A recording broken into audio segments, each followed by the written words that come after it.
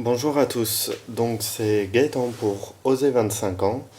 Ce sera donc la première vidéo du blog et j'ai décidé pour cette vidéo de m'adonner à un test, à savoir celui du Samsung Galaxy S3, le dernier de la gamme, qui s'annonce déjà comme, on peut le dire, le carton de l'année. Donc comme son nom l'indique, c'est le troisième de la série. Déjà, les trois premiers avaient quand même eu énormément de succès. Il faut savoir que le premier, il s'est vendu à 24 millions d'exemplaires, le deuxième à 28. Et pour ce fameux S3, donc qui est sorti le 29 mai et qui a été annoncé le 3 mai, on a eu 9 millions de précommandes en un peu plus de 3 semaines, ce qui est assez énorme.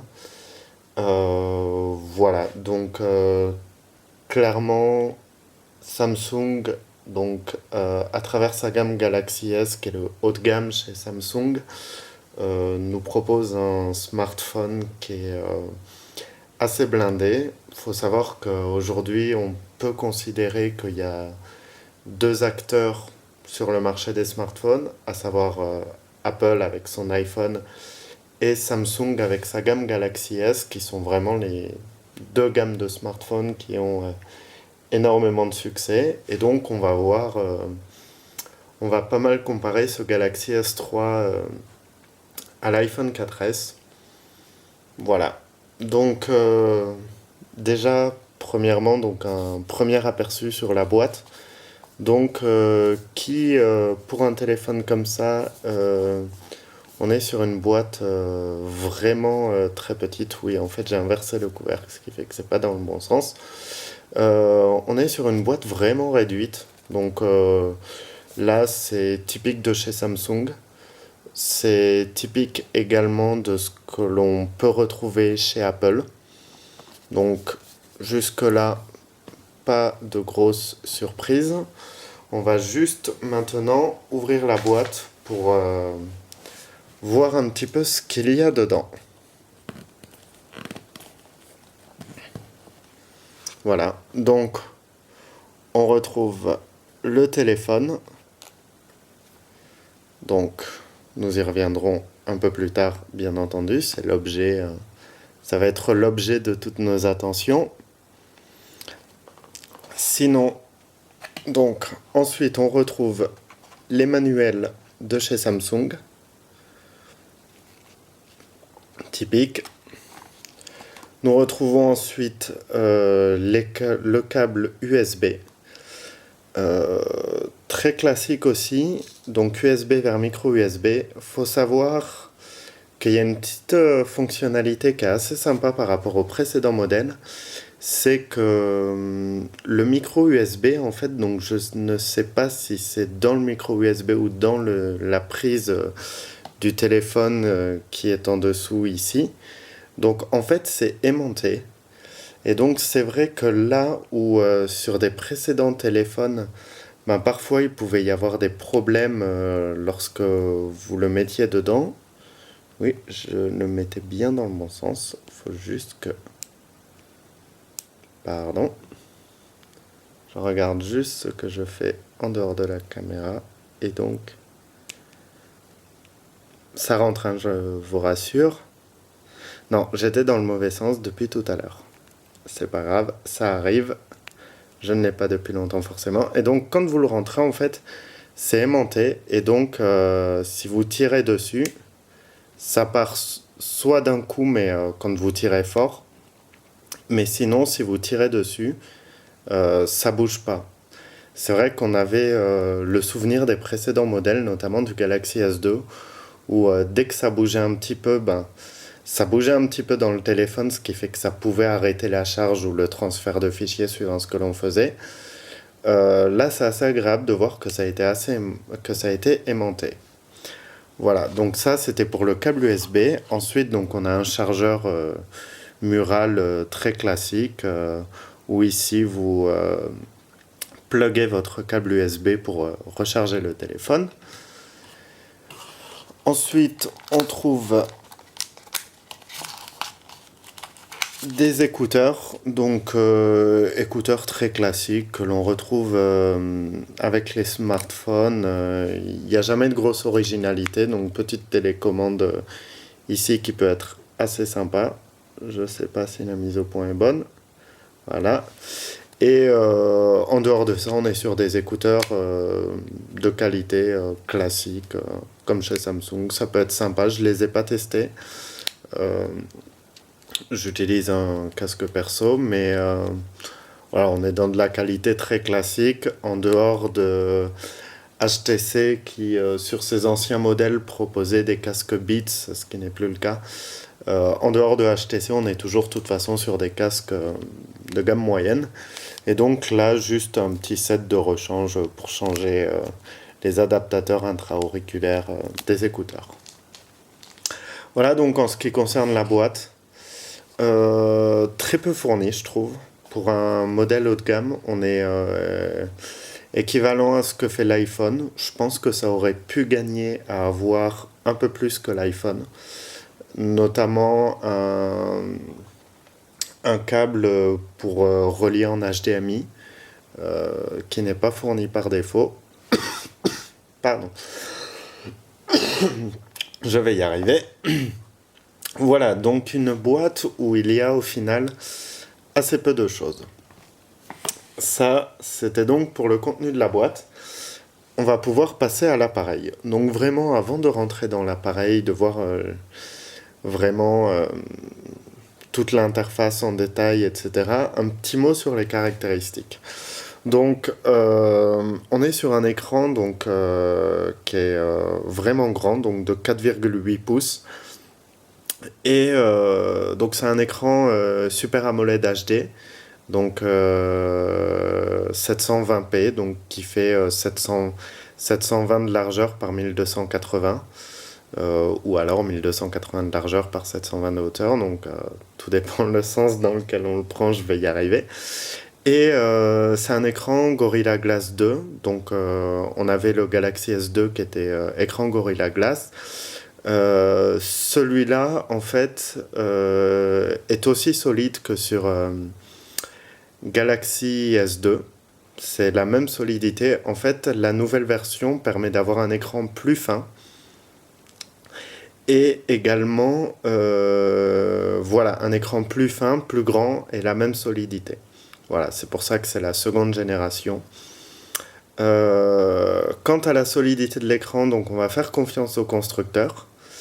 Je vais pas vous faire de test sur la solidité de l'écran, tout simplement parce que j'ai voulu faire avec mon Galaxy S2 une démonstration de la solidité de l'écran qui s'est soldée par le brisage de mon écran du précédent téléphone. Donc on va éviter de reproduire l'expérience et on va faire confiance à Samsung et on va croire au fait que le Galaxy S3 est un écran très solide. On voit des vidéos qui circulent sur internet sur des gens qui éprouvent la solidité de l'écran. Apparemment, les seuls qui ont réussi à briser l'écran, c'était avec une masse. Donc ça peut vous donner à peu près l'image où il faut vouloir aller avec une masse sur un téléphone qui a moins de 15 jours, mais il y en a qui aiment bien ça. Donc voilà. Pour la petite histoire sur l'écran, donc au niveau caractéristique, qu'est-ce que l'on a d'autre? On a une mémoire interne donc qui sur cette version, je vais vous le montrer, en fait est de 16 Go. Il y a trois modèles en termes de mémoire, donc il y a 16, 32 et 64. Et ce qu'il faut savoir, c'est que vous avez également la possibilité d'ajouter en plus une micro SIM. Une micro SD, pardon, qui peut aller jusqu'à 128 mégas. Pardon, je vais y arriver. Donc vous pouvez ajouter une micro SIM dont la capacité peut aller jusqu'à 64 Go, ce qui va vous faire théoriquement 128 Go dans un téléphone. Théoriquement, parce que bien entendu, déjà dans le téléphone, il y a une partie qui est utilisée pour le système. Et deuxièmement, les capacités annoncées et les capacités réelles varient notamment à cause du formatage. Voilà, donc au niveau mémoire, il semblerait pas qu'il puisse y avoir de soucis, puisque même sur un téléphone 16 Go, en rajoutant 64, bon, on va aller chercher avec formatage dans les 80 Go de données, ce ce qui est quand même assez énorme pour un téléphone. Voilà, en plus de ça, vous avez les données sur le cloud.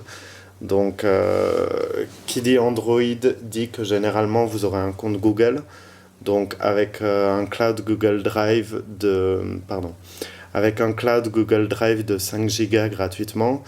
Et de plus, il y a un espace Dropbox qui va vous être offert, qui est de 15 Go, il me semble, avec ce modèle. Donc, en plus de ça, vous rajoutez 20 Go. Bon, vraiment, en termes d'espace disque, je pense qu'il n'y a pas trop de soucis à se faire. Voilà pour les caractéristiques d'espace disque. Maintenant, concernant le système à l'intérieur, donc on est sur un système Ice Cream Sandwich dans sa version 4.0.4, qu'elle est la dernière, avec un système TouchWiz qui est dans sa version 4. Donc vraiment En fait, Ice Cream Sandwich, je vais peut-être un peu vite. Ice Cream Sandwich, c'est la dernière version d'Android, qui est le système d'exploitation de Google pour téléphone. Et TouchWiz est l'interface que rajoute Samsung par-dessus ce système d'exploitation qui donne toute l'interface, que je trouve plutôt réussie. Ensuite, il y a des puristes qui préfèrent le système d'exploitation Google Maison. Il y en a d'autres dont je fais partie qui préfèrent l'interface avec TouchWiz. C'est selon. Voilà pour le système. On a également un processeur Exynos quad-core à 1,4 GHz, donc il fait partie des très rares téléphones qui embarquent un quad-core, donc vraiment au niveau performance, là aussi il n'y a aucun souci à se faire. Qu'est-ce que l'on peut dire d'autre au niveau caractéristique? Oui, donc il y a une batterie de 2100 ampères, 2100 milliampères, pardon, qui est de l'utilisation que j'en ai eue, qui est très confortable. On est vraiment, voilà, donc moi je viens de l'avoir, je l'ai utilisé vraiment en masse, téléchargement d'applications, appareil photo, prise de vidéo, jouets. Enfin, vraiment, je l'ai utilisé vraiment en masse. Et au bout d'une journée, j'ai commencé à devoir le recharger. Donc, on est vraiment sur une bonne batterie. Samsung annonce des performances de batterie qui me semblent un peu énormes pour être réaliste. Je crois que eux annoncent 29 jours en veille et 29 jours en veille et 11 heures en communication, ce qui me semble un peu trop énorme pour être vrai. Comme toujours, ça a été augmenté et voilà, malgré que l'on soit sur une batterie à 2100 mAh, il y a quand même un quad-core à faire tourner, un écran assez énorme et lumineux à faire tourner également, donc je doute, de ses capacités annoncées. Voilà, donc ça c'était pour les caractéristiques du téléphone. Maintenant, je vais un peu plus parler du design de ce téléphone. Donc, il y a deux versions déjà en termes de design. Donc, il y a la version blanche que l'on voit ici et une version que Samsung appelle Metallic Blue, donc qui est bleu. Il n'y a pas de version noire. Ça change un petit peu de ce qu'on connaît jusque-là avec version blanche et noire. Là, c'est version blanche et bleue. Chacun ses goûts. Moi, je préfère la version blanche. Pour vous parler des différences entre les deux, donc là, vraiment, sur la version blanche, je peux le montrer de près. Donc, on a une finition en plastique uni. Sur la version Metallic Blue, c'est même pour ça qu'elle s'appelle Metallic Blue, ça va être un effet métal brossé derrière, mais toujours sur du plastique. du plastique qui est foncé et qui donc prend beaucoup plus rapidement les traces de doigts. Voilà, alors que... Enfin, là, sur du blanc, ça prend tout aussi rapidement les traces de doigts, mais ça se voit beaucoup moins du coup. C'est quelque chose à noter. Et voilà pour les différences principales entre les deux designs. Maintenant, sur le design du téléphone en lui-même, on est vraiment sur un design très très arrondi. C'est assez affolant. Vraiment par rapport au Galaxy S2 qui avait vraiment des gros angles droits, qui étaient vraiment très droits. Là, on est vraiment sur un design arrondi de toutes parts. Faut savoir que même ici, en fait, les bords sont arrondis. Donc, c'est-à-dire qu'il n'y a pas, il y a pas de limite nette. En fait, c'est quand vous passez, ça passe d'un côté. Ça reste en fait très souple en main. Et, euh, et voilà, même l'écran, je ne sais pas si j'arriverai à le montrer, est incurvé. Donc, l'écran incurvé, en fait, il y a deux choses. Enfin, il y a une chose qui est bien par rapport à l'écran incurvé. Je vais essayer de le montrer avec le support de la boîte pour ne pas le faire par terre. En fait, l'écran incurvé, ce qu'il a de bien, c'est qu'en fait, quand vous allez poser votre téléphone sur une surface, en fait, là, on le voit assez mal. Je vais essayer de le montrer. C'est vraiment infime. C'est vraiment infime. Mais en fait, l'écran ne touche pas la surface. Et donc, il y a juste les deux extrémités qui vont toucher la surface. Et donc, si vous bougez votre téléphone face en bas sur une table ou autre, l'écran ne va pas prendre de rayures, vu qu'il est un petit peu surélevé par rapport au reste. Voilà. Et de toute façon, on est soi-disant sur un écran très résistant. Enfin, non, soi-disant, il est vraiment résistant. Moi aussi, j'avais un petit peu abusé pour casser mon précédent écran. Donc oui, on est vraiment sur des écrans résistants. Donc même malgré ça, ça ne devrait pas être ça ne devrait pas être très facile à rayer. Voilà pour le design global. Donc sinon, si on s'attelle un petit peu plus dans les détails à ce design, donc de face, qu'est-ce que l'on peut voir? Donc c'est très classique en fait, vous allez voir donc un haut-parleur, voilà, avec tout simplement les deux capteurs. Donc je n'arrive pas à distinguer je crois, alors j'ai aucune certitude, je crois que le premier est le capteur de luminosité, le second le capteur de proximité, et avec une caméra frontale. Et, et voilà, donc ensuite sur le bas de l'appareil, toujours en face, donc on va avoir une seule touche physique, un peu comme sur l'iPhone, un bouton Home, et deux touches tactiles sur les côtés, deux touches sensitives sur les côtés. Donc il faut savoir aussi, alors ça c'est un aspect sur... Alors, je vais juste faire une petite chose avant, j'en ai pour 30 secondes, histoire que l'on ne soit pas embêté dans la démonstration. Mise en veille de l'écran. Tac, au bout de 10 minutes. Voilà, donc comme ça, on ne sera pas gêné pendant la vidéo. Donc, faut savoir également en fait que donc, sur les touches sensitives, c'est une des différences aussi entre les deux designs. Donc voilà, là on le voit, c'est bien. En fait, vous avez des petits halos au-dessus, à côté des touches sensitives. Je ne comprends pas pourquoi il s'éteint. Ah oui, parce qu'il est en veille.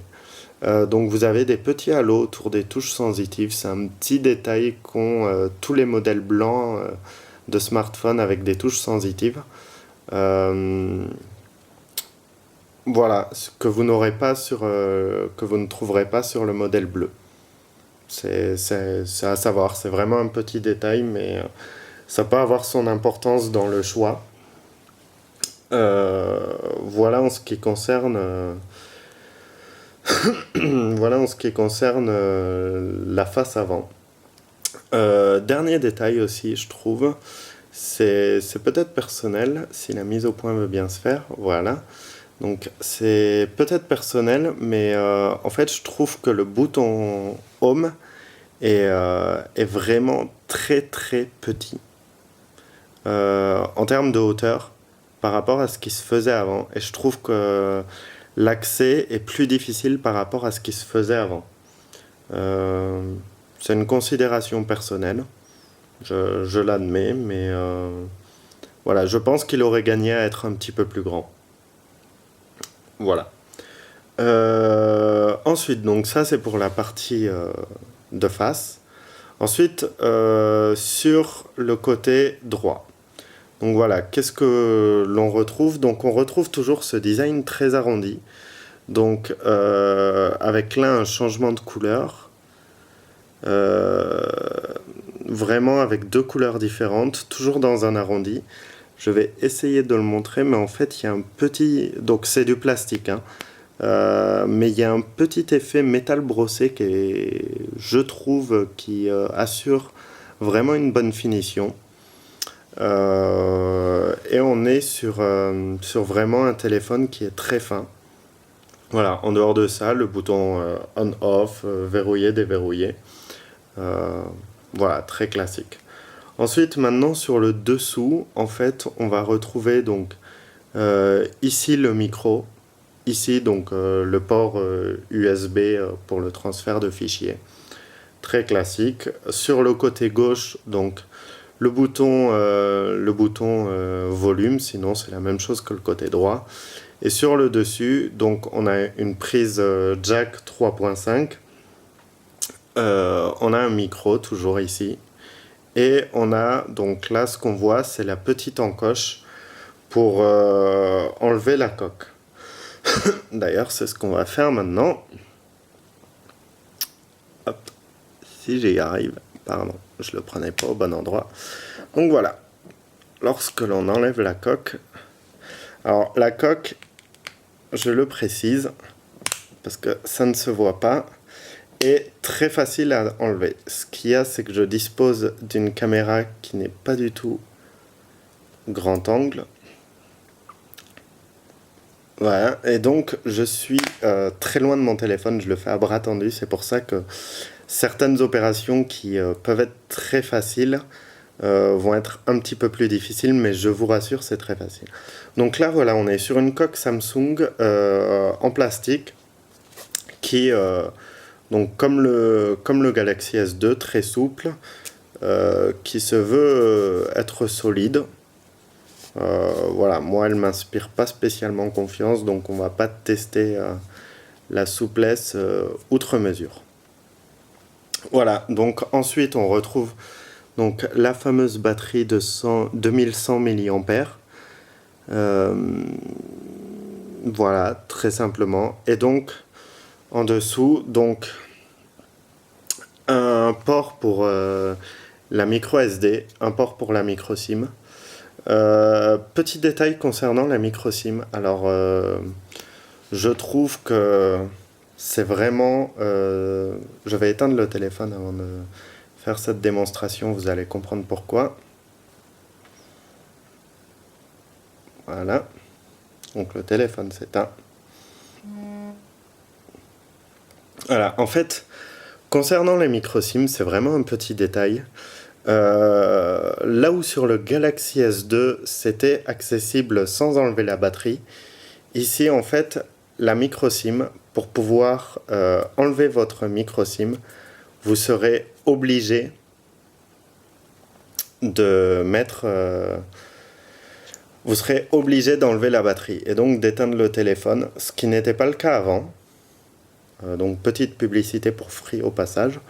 Ce qui n'était pas le cas avant, mais qui maintenant est le cas sur ce modèle. Je trouve que c'est un petit peu gênant. Par contre, alors, pour ceux qui n'ont pas de SIM dans le téléphone et qui auraient allumé leur téléphone, on n'a pas besoin vraiment, pour insérer la SIM, on n'a pas besoin par contre d'enlever la batterie. Mais c'est juste pour enlever la SIM. Donc si vous voulez changer, vous aurez besoin d'enlever la batterie et donc de redémarrer le téléphone. Voilà pour la petite partie concernant la batterie. Voilà en ce qui concerne le design. Donc on va rallumer le téléphone. L'effet au démarrage est assez sympa. Voilà, donc on retrouve quelque chose qu'on avait l'habitude de retrouver sur le Galaxy S2 avec le logo Samsung, ce qu'on ne trouvait pas avant, qui est pas mal. Bon. Le téléphone démarre assez rapidement, je trouve, contrairement à ce qu'on peut avoir sur iPhone par exemple. Et voilà, on arrive assez vite sur le téléphone. Voilà, voilà. Donc là, ce sera la première vidéo donc, qui concernait tout ce qui était design et premier design et première prise en main du téléphone. Voilà. Voilà, oui, je vais peut-être aussi parler donc, du design à l'arrière. Donc sur un plastique uni, qui sera en effet métal brossé pour les possesseurs de Galaxy S3 dans sa version Metallic Blue. Et ensuite, donc, on a les trois alignés qui est le micro, le capteur appareil photo 8 mégapixels et également le capteur pour la caméra qui filme en 1080p à 30 fps et le flash LED qui peut servir dans certaines conditions de basse luminosité mais qui n'est pas non plus voilà, ça reste de la prise de photo avec téléphone. Voilà tout ce qu'on pouvait dire en une petite demi-heure déjà concernant les caractéristiques du téléphone ainsi que son design. Je vais faire une autre vidéo qui j'espère va être plus courte concernant les fonctionnalités et donc les fonctionnalités vraiment de tout ce qui est Samsung, TouchWiz, interface Android, etc. Et j'en ferai une dernière qui va être donc beaucoup plus portée sur le multimédia. Donc tout ce qui va être vidéo, audio, jeux vraiment en grand écran, etc. Et voir un peu parce qu'il y a beaucoup à dire, je trouve, sur ce téléphone. Voilà, donc n'hésitez pas à laisser vos commentaires et à tout de suite pour la prochaine vidéo.